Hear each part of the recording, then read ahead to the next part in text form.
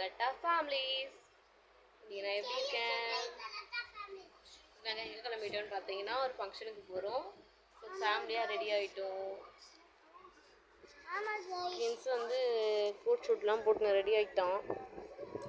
இந்த கேமராலாம் சரியாக தெரிய மாட்டேங்குது, என்ன பண்ணுறது? இவங்க தான் மாப்பிள்ளையா? பொண்ணு தான் எங்கன்னு தெரியல. இந்த பொண்ணு ரெடி ஆயிட்டா.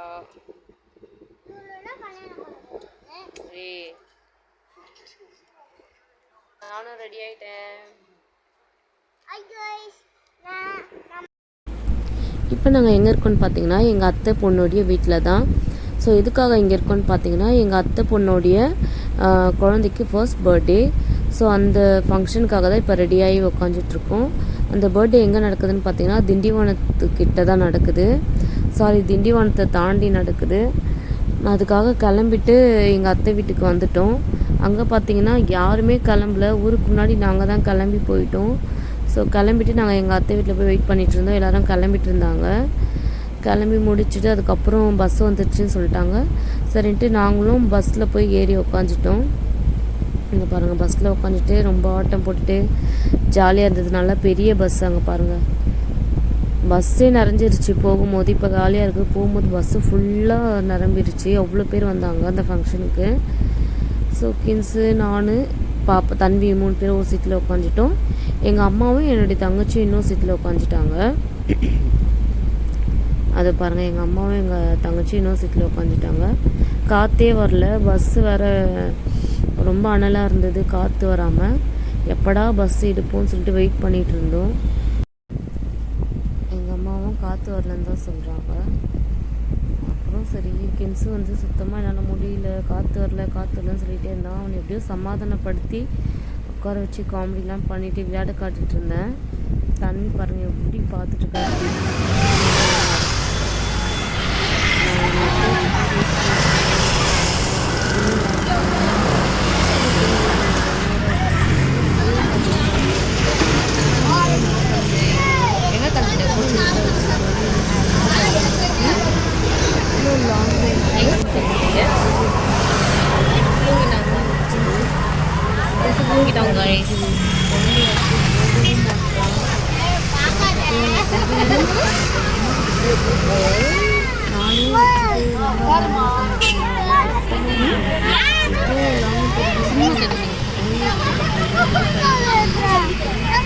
ஹலோ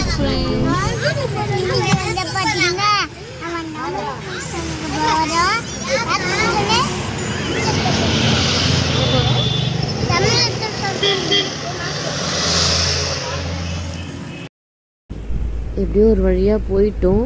ரொம்ப நேரம் ட்ராவல் பண்ணி ஒரு 7-8 மணி நேரம் ட்ராவல் பண்ணி போயிட்டு இருந்தாங்க. அதுக்கப்புறம் போனதுக்கப்புறம் அங்கே டிஜேலாம் போட்டிருந்தாங்க.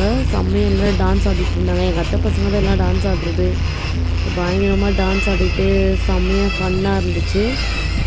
ஸோ நான் ஃபுல்லாக நின்று வீடியோ எடுத்துகிட்டு வேடிக்கை பார்த்துட்டு இருந்தேன். எனக்கு ரொம்ப ஆசையாக இருந்தது ஆடணும் போல். என் ஹஸ்பண்ட் அடிப்பார், அவ்வளோதான். அடிக்க மாட்டார், திட்டுவார். அதனால் நான் ஆடலை. அதுக்கப்புறம் நின்று சுற்றி வீடியோ எடுத்துகிட்டு இருந்தேன். என் அத்தை பொண்ணு நின்றுட்டுருக்காங்க. என் அத்தை பொண்ணு என் தங்கச்சியும். ஸோ செம்ம ஜாலியாக இருந்தது. எல்லாருமே வந்திருந்தாங்க. ஜாலியாக பேசிட்டு ரொம்ப ஹாப்பியாக இருந்தது. நான் ரொம்ப நாள் வீட்டுக்குள்ளேயே அடைஞ்சு கிடந்த மாதிரி இருந்தது எனக்கு. ஸோ இப்போ ஒரு லாங் ட்ரைவ் போகவும் கொஞ்சம் ஹாப்பியாக இருந்தது. இன்னொன்று குழந்தைய கையை வச்சுட்டு இருந்தது. ரொம்ப கொஞ்சம் கை பெயினாக இருந்தது. வேறு மற்றபடி ஜாலியாக தான் இருந்தேன் நான். ஸோ அப்புறம் பார்த்திங்கன்னா ஃபங்க்ஷன் ஸ்டார்ட் ஆயிடுச்சு. அப்புறம் இந்த வாட்டி ஃபங்க்ஷனுக்கு என் ஹஸ்பண்ட் வரல. ஏன்னா வேலையில் அவர் கொஞ்சம் இம்பார்ட்டண்ட் ஒர்க் இருக்குதுன்னு சொல்லிட்டு என்னை மட்டும் தான் அனுப்பி வச்சார். அவர் வரவே இல்லை. அவர் வந்திருந்தா கூட எனக்கு கொஞ்சம் கைவலி வந்திருக்காது. ஏன்னா அவர் கொஞ்சம் நேரம் பாப்பா பார்த்துருப்பார். கின்ஸு தூங்கிட்டாங்க பாருங்கள். செம்மையாக தூக்கம் வந்துச்சு அவனுக்கு. அவன் ஒரு சேரில் உட்காந்து நல்லா தூங்கிட்டான்.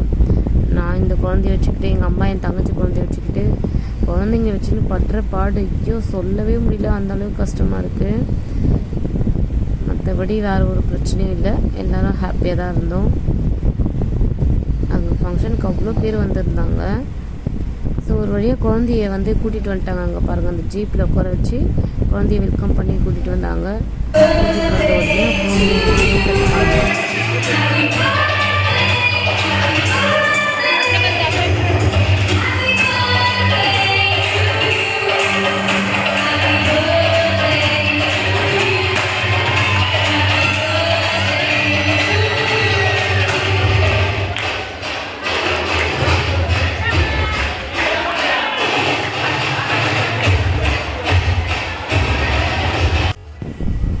கேக் கட் பண்ணி முடிச்சதும் நாங்களும் மொய் கொடுத்துட்டு, அதுக்கப்புறம் குழந்தைக்கு பசி எடுத்துக்கிச்சு, அவளே மம்முன்னு கேட்டால். ஸோ நான் கெட்டில் அதுக்கப்புறம் வந்து சர்லாக்கு எல்லாத்தையும் எடுத்துகிட்டு போயிட்டேன். பாப்பாவுக்கு எப்படியும் அவளுக்கு பசிக்கும், அதனால் அங்கே கொடுக்குறதுக்கு எடுத்துகிட்டு போயிட்டேன். ஸோ சுடு தண்ணி ரெடி பண்ணி அங்கே அவளுக்கு வந்து சர்லாக்கு ஊட்டிட்டேன்.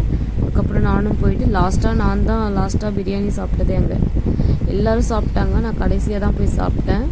சாப்பிட்டு முடிச்சுட்டு அதுக்கப்புறம் நாங்கள் போனது பஸ்ஸில், ஆனால் வந்தது வந்து காரில் கிளம்பிட்டேன்.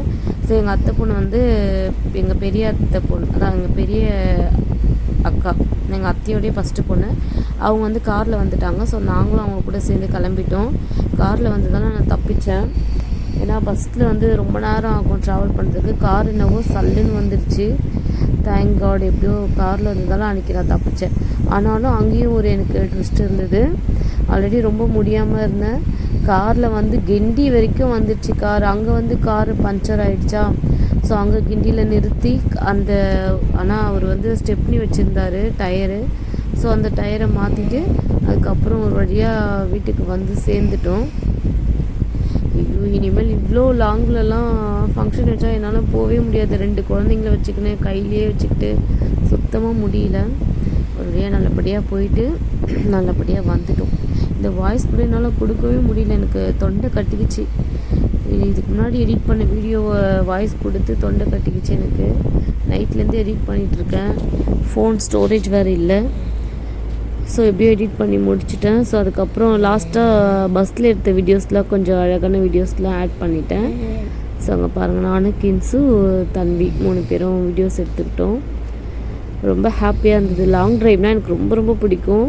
ஸோ ரொம்ப நாள் வீட்டுக்குள்ளேயே அடைஞ்சு கிடந்த எனக்கு அன்றைக்கி கொஞ்சம் ஜாலியாக இருந்தது. வெளியே போயிட்டு வரதுக்கான ஒரு நல்ல சான்ஸ்.